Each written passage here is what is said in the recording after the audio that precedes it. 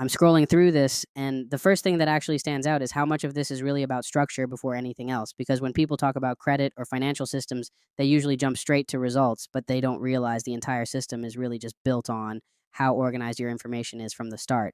And as I'm moving through it, what becomes clear is the first real phase is just understanding what's actually on your file, not guessing, not assuming, but actually pulling everything up and seeing it as a full picture.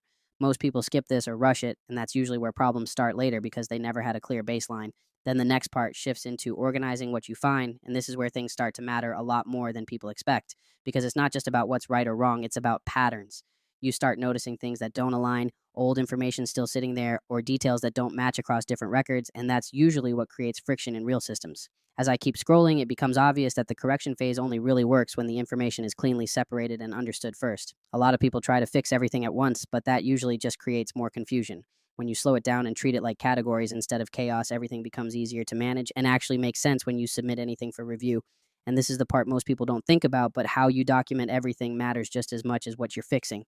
Because when systems review your information, they're not looking at it emotionally, they're looking at consistency, clarity, and whether the details actually match across the board. If something is unclear or incomplete, that's usually where delays come from. Then there's the escalation side of things, which only really comes into play if standard corrections don't resolve what you're trying to fix. But even then, the idea isn't to force anything, it's just to make sure the information is being reviewed properly through the right channels so accuracy is maintained. And that's really the core of all of this, making sure what's on record actually reflects reality.